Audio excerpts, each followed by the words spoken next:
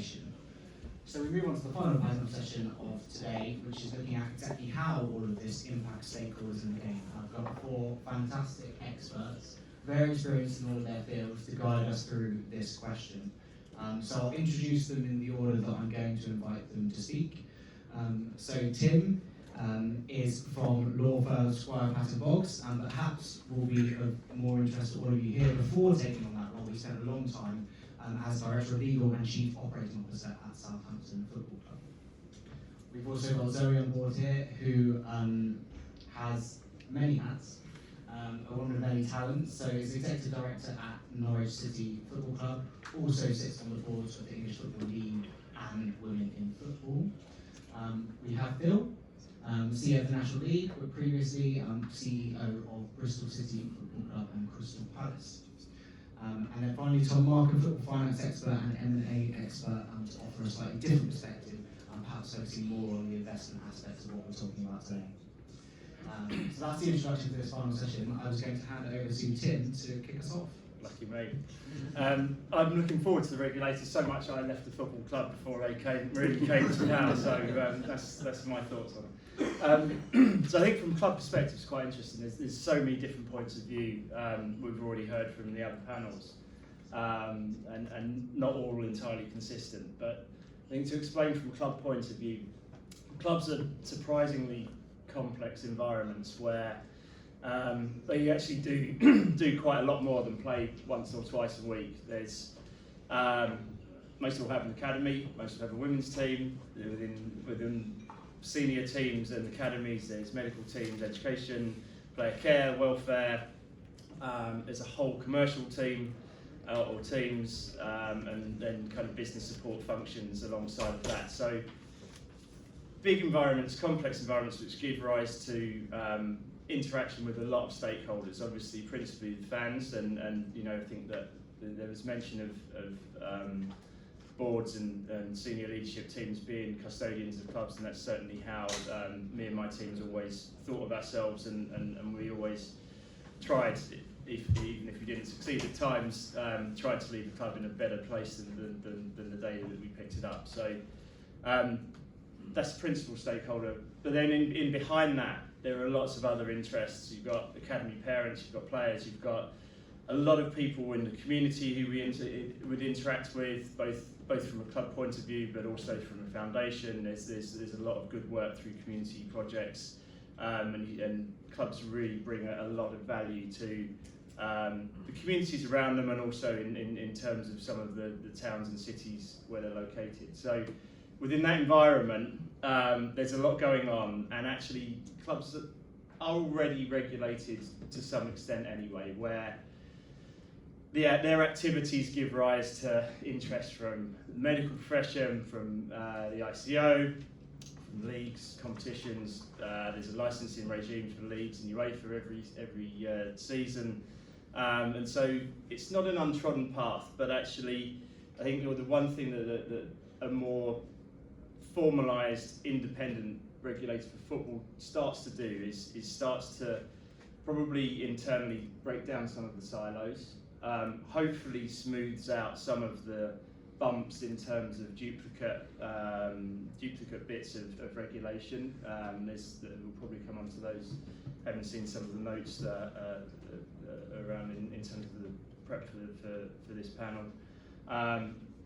And then really start to build collaboration and build good sound business practice, hopefully to make clubs more sustainable and to create the environments where there's better fan engagement, better engagement between clubs, regulators, and actually probably better club to club sort of interaction as well. That's the optimistic view, I think. Yeah, thanks Tim for that overview. And I have just seen one question pop in on the online Slido that we have here. So just a reminder, please do submit your questions and we'll pick up on those when we've gone around the panel. So Zoe, I guess continuing on the club theme, but then also picking up on some of your other roles, how does all of this impact you? Quite severely, and I think it's been quite interesting kind of sitting across 3 different boards during this time, because everybody's got an interest, and actually I found myself in a situation where I felt conflicted sometimes because of because of the kind of priorities from each of the different stakeholders in relation to the regulator. I think that, the EFL's position has been very clear from the outset. There's a real need for the regulator to drive that substantive change to the pyramid. The State of the Game report is welcomed, and along with any support in terms of redistribution. So I think that they're the key facets for the EFL. And I think we have to be kind of really careful not to lose sight of some of these priorities as we kind of get drawn into the real kind of granular level of regulation that we're talking about, because at the moment the regulator's already starting to develop regulation, but we haven't had the State of the Game report, and so we don't have complete insight into the state of the game before we're constructing the regulation. So I think that we really need to kind of focus on what are the big things that the regulator's trying to achieve. And I think, touching something that Nick said in the last panel, we talked about, Derby County and Sheffield Wednesday, and they've come up quite a lot this evening. But if we look at those clubs, they've had very good owners by all intents and purposes. They have pumped millions and millions of pounds into these football clubs. I don't think anyone would have said that Mel Morris shouldn't have owned Derby County. And the fundamental issue that we have within the industry and within the pyramid is that these owners at that level are having to pump in, 10 to 20 million pounds into these clubs just to keep them running each year. And actually they get to a point where they go, I'm done. And then we find a new owner, and then it starts again. And then they get fed up pumping 10 to 20 million pounds in every year, and then they move on. And at some point, you have a situation where that transition happens quite easily, and then other points with some, Derby or Sheffield Wednesday, it doesn't happen, and the new owners aren't maybe quite so forthcoming, or the current owner doesn't want to sell. But that's the big challenge, is the fundamental kind of structure of the pyramid, and the way money flows, and that is a piece that we really need to deal with. And when we look at Norwich City as an example, we had owners in Delia Smith and Michael Wynne Jones, that many people will probably know of. They owned the club for 28 years, and they had success. They were in Premier League. Under this new regime, or what we're talking about maybe coming in, they actually probably wouldn't be deemed to be suitable owners. And so I think we've really got to kind of make sure that we kind of don't throw the baby out with the bathwater a little bit, and really concentrate on what we're trying to achieve. But I think lots of different hats.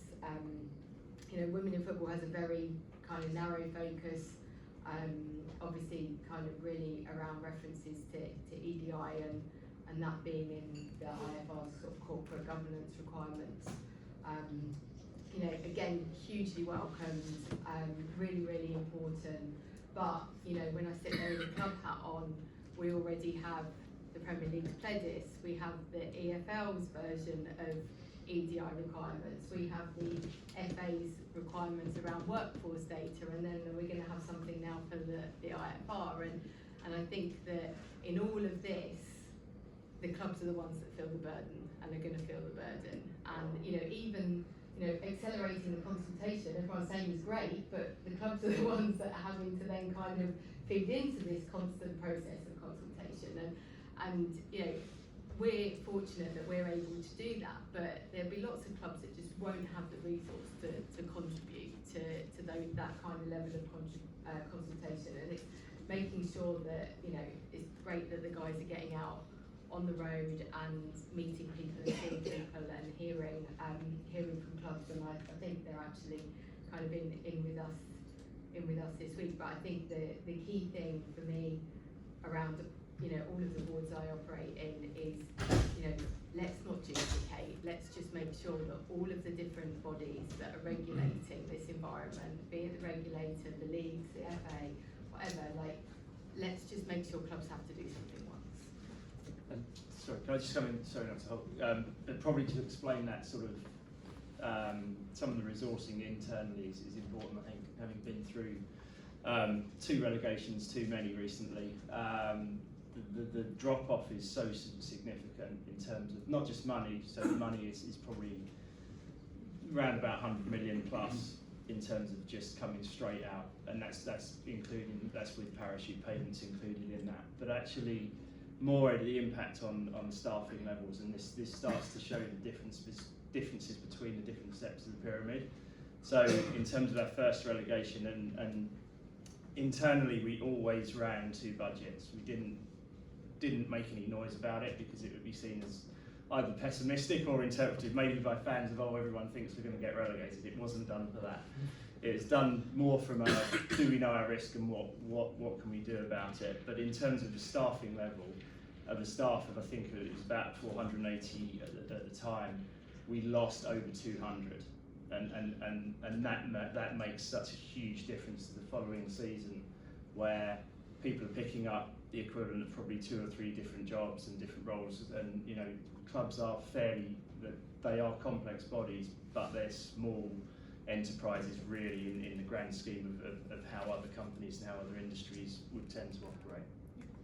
Yeah, thank you. And I mean, picking that up, you probably gave me a very nice segue into introducing Bill at the end here, because we've spoken a lot about there around concerns with complying with the new regulation, and therefore to some in the room it might have been a surprise that the National League was included within the regulator's remit. So I would ask you, could you cover what your opinion is on the National League being included, but also any other thoughts you have on this topic? Sure, thank you, Ashley. Great to be here this evening. I must admit, it's the first time I've had so many legal opinions without getting into this. The inclusion of the National League is so important, that can't be underestimated.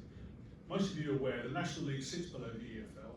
You've got a National League, it operates nationally, and its clubs are professional. It's an extension of the EFL effectively, and beneath that you then go regional. You've got National League North, National League South. You'll be familiar with the last couple of weeks with Macclesfield, who have progressed into the Cup, the glory of the FA Cup and the progression by beating my old team Palace. I was there, a difficult afternoon, but it echoes exactly what we've been talking about. The strength of the pyramid that Chris talked about earlier is absolutely key. It's a pyramid that the world is jealous of. Not only must we retain that, we must improve it. We must look at what the regulator is doing to improve the status. It must look at the equality between the leagues. In particular, I would say this, 3 up. You've got 3 up going, two places down from the EFL down into the National League. It's a big issue for our clubs. What it does, it actually, and it's not in scope for the regulator, we must point that out, but it kind of sits underneath the core central plank of what the regulator's talking about, which is financial sustainability. When I look at on behalf of the owners of National League clubs, how they can improve the quality of their lives, look at the opportunity to progress up the leagues. It's stifled at that level, and it's kind of, the ambition is kind of muffled a little bit, and it's not right, and that needs to be adjusted. Now again, it's not quite in the scope, but it comes under financial sustainability. Financial sustainability is a core part of what the regulator is all about, and we're looking forward to that happening in terms of more money coming down the pyramid to balance the pyramid up. But it's not just about giving us more money, because we've talked about the arms race as well already. There's no point, otherwise everyone just spend more money on players, right? Yeah, but it's going to be an opportunity to actually rebalance where that money goes within the football industry, whether that be stadiums, whether that be training grounds, whether that be youth, whether that be community, all these key areas within our clubs that actually scrap for every penny because the manager wants to buy another player. How can we lift the bar across the whole pyramid in what we're doing? And I think this is an unbelievable opportunity to rebalance that, as well as sort of address some of the cliff edge issues. If you look at the difference between central revenue distributions in National League, 150 grand, and you look at the EFL2 central distribution is about 1.6 million. The differential, percentage differential is bigger than that of the Championship to the Premier League. So you can understand some of the clubs, the issues they've got at National League level. The questions that I keep getting asked is three really. One is, we talked about the ability, what is their club level at that level? Now I will actually commend the regulator in terms of its ability. It's got round the clubs. It's consulted with the National League clubs. Got a good understanding of what goes on at that level, which is really important.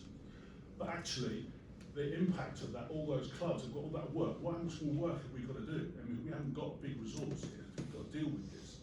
The other one is cost. How much is it going to cost us? Right? We haven't talked much about that tonight. There's going to be a levy on all clubs, right? Primarily, you're going to expect Premier League clubs to pay more. You would, and it will then go down. But how much is it? We don't know. How much money is then coming in terms of the financial distribution? Kind of touched on it a minute ago. We don't know. Is the answer. So these things are coming down the track at us. The pillars of all the regulators' responsibilities are there, and we discussed it at length tonight in all the various areas. Our clubs are looking at it sort of one eye open, one eye closed. Really, is this going to be good? We're not sure. We're hoping this is going to make our lives better. And I genuinely believe that. And that's why, after the reason I joined the National League to get involved. I think this is a fantastic time, not just for the National League. I think it's a fantastic time for football and trying to rebalance some of those issues that we face as a collective group of football clubs. Thank you, Phil. Really appreciate that.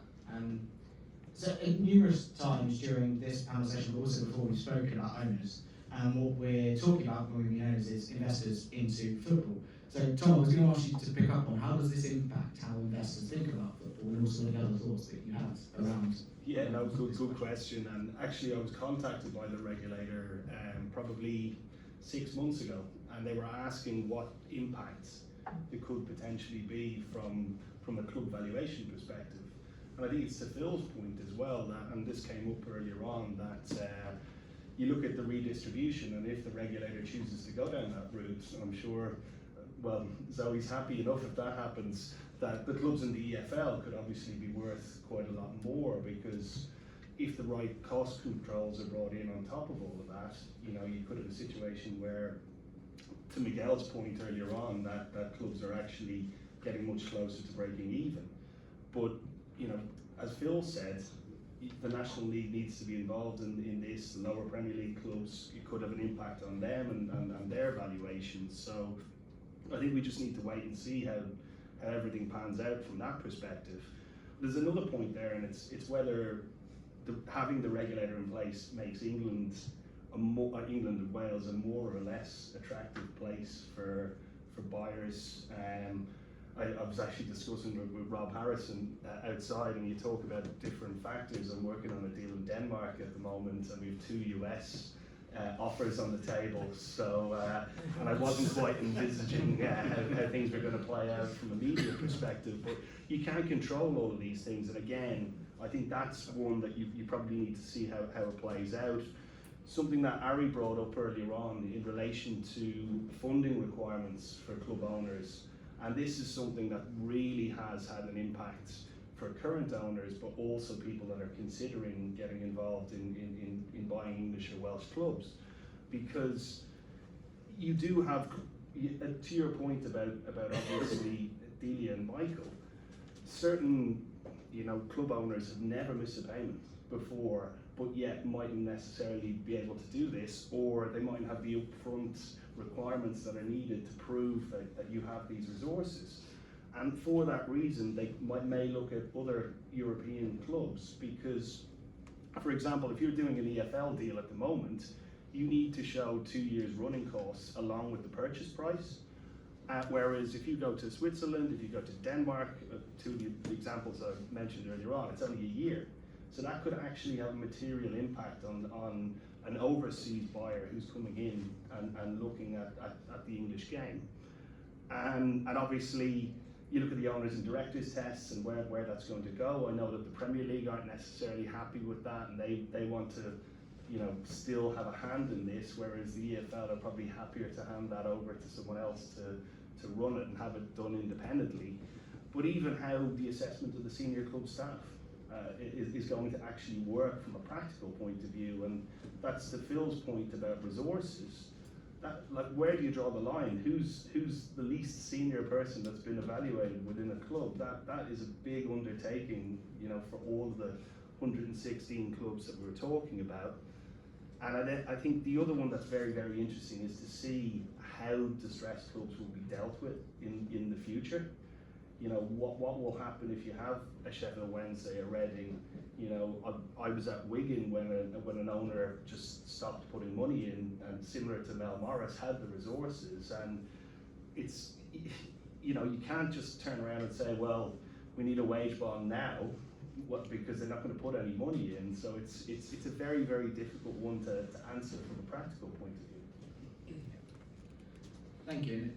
Can I, just to make it absolutely clear to everyone in the room how this is impacting everyone who's sitting at the front now, perhaps I could ask you all just to give an example of how you're either already acting differently because of the regulation that's coming in, either in your club roles or, you know, as head of a league federation or in your advisory capacities. Either, you know, what you're already doing differently or what you expect to be doing differently as the months roll on as a result of this regulation coming in. I'll go first. From the National League point of view, people may or may not be aware, right now we've got 6 takeovers going through at National League level, and it's been another 6 or so in the last 12 months. Never ever been busier. A lot of the acquisitions coming from America, lots of US consortiums, public, private equity money, family funds, etc. They're seeing England at the moment as a place to invest. They want to be involved in sport, and they're attracted generally by the very low cost of entry. We don't want to disturb that. We want to keep that going. From our point of view of the National League, step 1 will be under David, the regulator, under their owners and directors test. Step 2 won't. So from a league point of view, we've now got to think, well, we've got 2 lots of owners and directors tests we've got to deal with. Currently that is dealt with relatively light touch by the FA, done by us, on behalf of the National League. But that will be beefed up as well, and the FA have made that very clear. Then step 1, we've got to deal with the regulator. So at league level, we've got to be ready to resource. How can we deal with this? It's going to come at us quite strongly, and obviously then deal with the questions that come at us day in, day out from our clubs about one thing or another to do with the regulator. So for us, it's about resourcing at league level to make sure we can deal with the impact of the regulator and helping our clubs through what is currently, you know, it's not a very particularly transparent path. Thank you, Phil. Anyone else got any thoughts to offer? Well, from my perspective, it's obviously about communication, speaking to the regulator, dealing a lot with the lawyers in this area and making sure that they're obviously up to speed and know exactly what's required. And it's just about jumping through the hoops, because this process is much easier if you can provide all of the information from the start, rather than, you know, delving deep into areas that might necessarily have been revealed previously. Yeah, I would agree. I think one of the things that I did quite early on within my teams, having come from other regulated industries, was to really put governance and risk at the heart of what we did. In terms of probably my biggest worry in either as a legal director or as part of the board was, what is the risk that I don't know or haven't been told about, and how does that hit us? And actually, I think that there'll be a bit of a rise in terms of good risk management and good governance internally, and I think that will help to kind of create, you know, some better, clearer business practices and better, clearer planning. And I think, you know, going back to the investment point, that makes clubs a bit more investable actually. If you're an entity up for sale and you've got all of your documents in a row and you've done all of the hard work ahead of time, it makes the process so much more straightforward.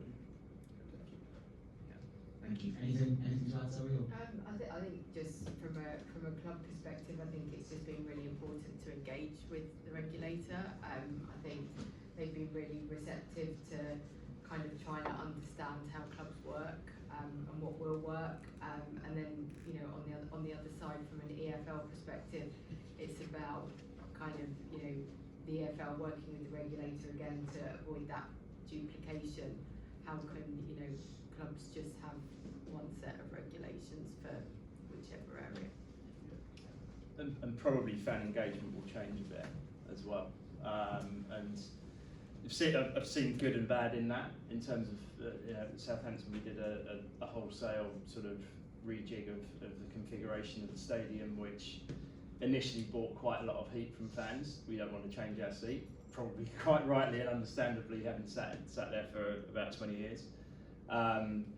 We did quite a good engagement, long engagement session with groups of fans around some of the reasons why we're doing what we're doing. Some of the stakeholders involved, you know, it was a little bit driven by the SGSA in terms of some of the fan behaviour they were seeing around the stadium and potential to not have certain areas open. And so actually starting to explain that decision making was quite helpful and meant that fans really bought into what we were doing. I think there is a bit of a flip to that, where there is also a danger of small interests really being kind of blown up, and that can be quite dangerous. And we've seen, I won't go into specifics necessarily, but examples of that where you end up with sort of long running, almost personal campaigns that just keep going and maybe aren't really founded on anything other than someone's opinion or hunch or view of the world. Not to say it's wrong, but it might not fit a certain area of a business or a stadium or whatever it might be. Thank you. So the top ranked question we've had in at the moment is not actually to do with men's football at all, which is what the regulator is designed to be involved with. But actually, we've got the question: should the regulator be regulating women's football as well? I have some thoughts on that, but interested to know whether anyone wants to contribute some ideas in answering that question.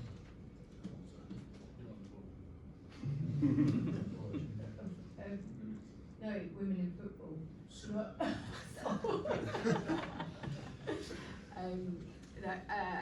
Look, I think it's got to start somewhere. I think it will follow and it will come, but I think let's get this right. I think the women's game is a lot younger in terms of its development, and I think that it can really learn from some of the lessons from the men's game in how we're talking about a game here that's an industry that's evolved over 150 years. We're now trying to unpick all of those decisions to break away the Premier League, decisions to change different financial controls, different ownerships. We're now trying to unpick all of that as part of this regulation. So I think for the women's game, they can actually learn from maybe some of the mistakes or the unintended consequences that have happened in the men's game. And I don't think there's such a pressing need right now, but I'm sure it will follow. Yeah, I think at the right time it will really help. It'll help probably avoid some of those mistakes. And you can see that there's a temptation to sort of go in that direction, which hopefully won't necessarily happen. And I mean, I'm of a similar view in terms of spent quite a lot of my time within the sporting LCP working in women's football, and I think the regulation that's being introduced, a lot of it is almost to keep things as they are within men's football. There are a lot of really good things that we want to try our best to preserve. Women's football is very much in startup mode, and the regulator and the areas it's focusing on aren't necessarily designed to work within that environment at the moment. I personally have some concerns with how women's football is developing, but don't necessarily think that anything the regulator is particularly focusing on at the moment is well designed to support in the development of the women's game. So bringing this to somewhat of a close, I thought a nice way to end might be to ask you all about one particular concern with what the regulator is doing and how that will impact your stakeholders, and then also, if hopefully you can think of one as well, one area of optimism about what the regulator might bring or something it might make easier in your lives. So perhaps if I maybe start on my left and work the way down.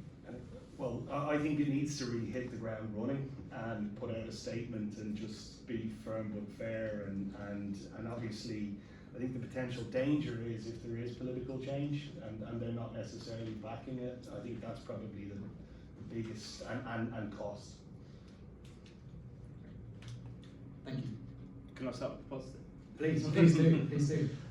So I think, as probably mentioned, I would view positive in terms of some of that planning and early warnings around risk management and really understanding, or getting boards and the exec to really understand all areas of the business, and also actually giving the rules some teeth, where there's nothing quite like internally saying, guys, we've got to do this.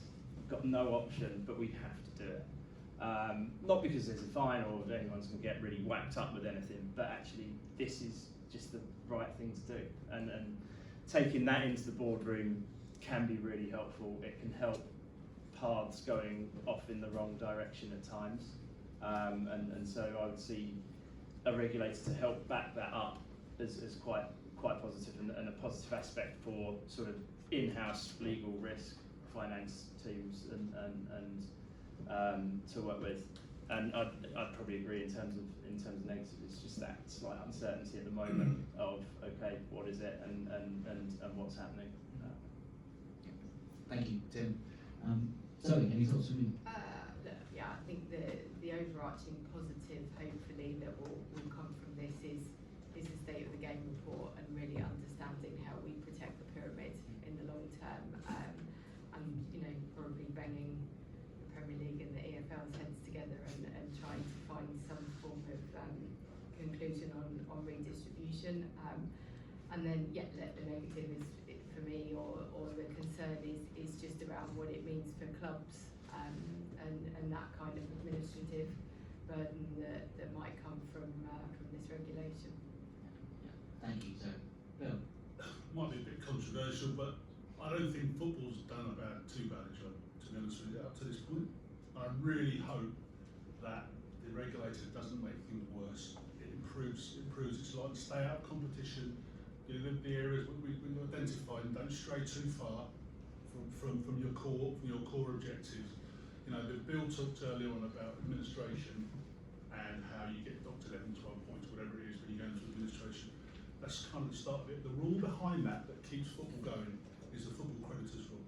Right? The football creditors rule sits behind that administration, when the club goes into admin, and protects all other clubs' revenues in a club that's gone into administration, and they are first out in terms of a new owner coming in.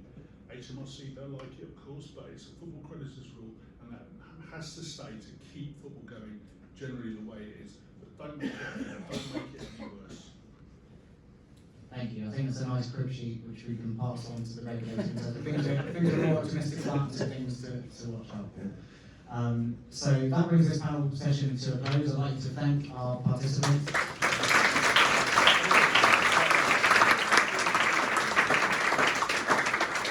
Now hand over to Bart to wrap up. Thanks, Ashley. Thanks for sharing that session so well.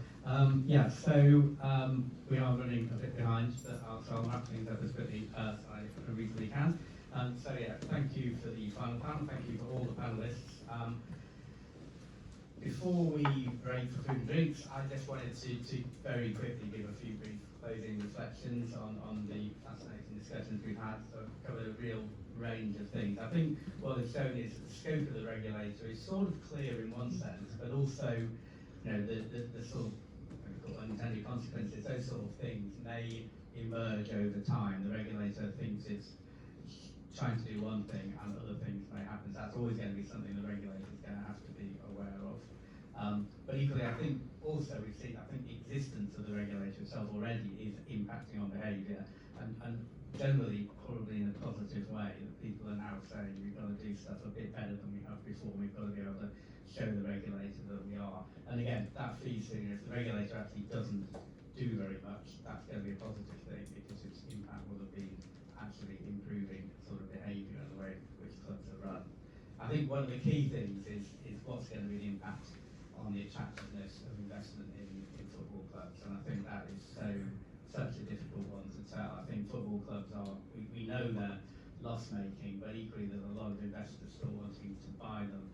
I have a concern, particularly in the lower leagues, that isn't sustainable. The level of losses that have increased, and that you might get a tipping point in which a number of willing investors wanting to put that much money into clubs is less than the number of owners wanting to get out, and at that point it could be quite difficult. So I think the regulator needs to improve the financial sustainability of those clubs, but not make them so unattractive in the short term. So it's a sort of soft landing thing I think the regulator needs to aim for. But I think that's clearly one of the things that the regulator will be looking at in the State of the Game report that they really look forward to seeing the terms of preference tomorrow as they come out.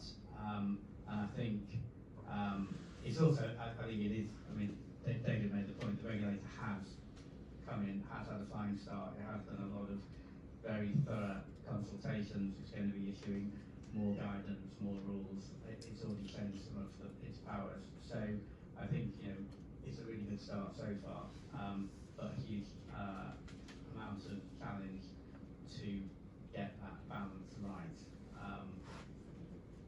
I think one of the questions to me actually is, you know, is a system where most clubs lose money a sustainable system? In many ways it seems to have been for many, many years, but is that something that really is the fact that people actually enjoy spending money on football clubs and are happy to lose quite a bit and then pass them on to another custodian? Is that sustainable? And I think that again is something regulators are going to have some interesting times finding out. So they're my sort of initial thoughts. So I'd like to thank again all the panellists for their insight, candor, for telling us what they think and having the odd debate in front of us. So can we have a quick round of applause again?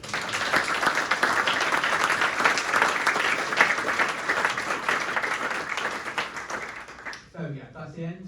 Please stay for food and drinks outside. Actually, sorry, you're looking at me. I need to do the poll, don't I? So can we quickly have the poll? I'm interested to see if you, you have your phone So it's already in there. the original poll was 50% in favour, 33% some good, some bad, and 8% for each of bad idea and unsure.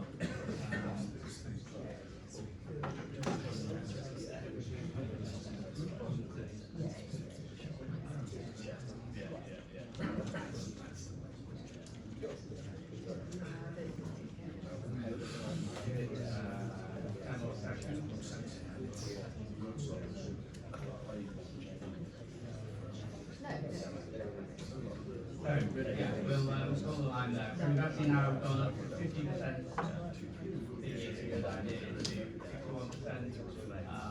and slight falls in both the bad idea and the unsure. So I think so far, I think maybe can take some comfort. All right, I'll see you over drink.